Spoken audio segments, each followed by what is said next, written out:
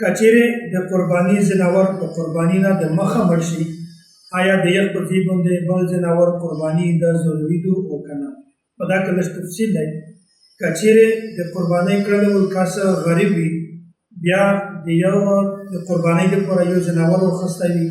که چیرې په عیده نه مخکې په قرباني کړل نه مخکې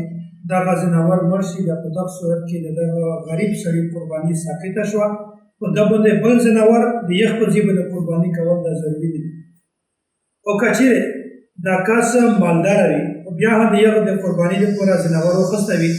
نو بیا په دغه صورت کې که چیرې په قرباني کړل نه د مخه هغه ځناور وفات شي مړ شي بیا په دغه سړي باندې بل ځناور د یخ په ځای باندې د یخ قرباني کړل دغه ضروري دي. بل ځناور قرباني کوي نو خلاصه دا ده که یو سړی صاحب نصاب نه وي غریب وي د یغ نه قرباني ساقطېږي چې کله ځناور مړ شي، او که یو سړی صاحب نصاب وي بیا د یو سړي نه قرباني نه ساقطېږي، یو په ځای باندې بله قرباني کړل دغه ضروري دي. البته که د یو قرباني قیمت په هغه نه زیاته وي او که په ناکامي د یو سره څه مسله نشته.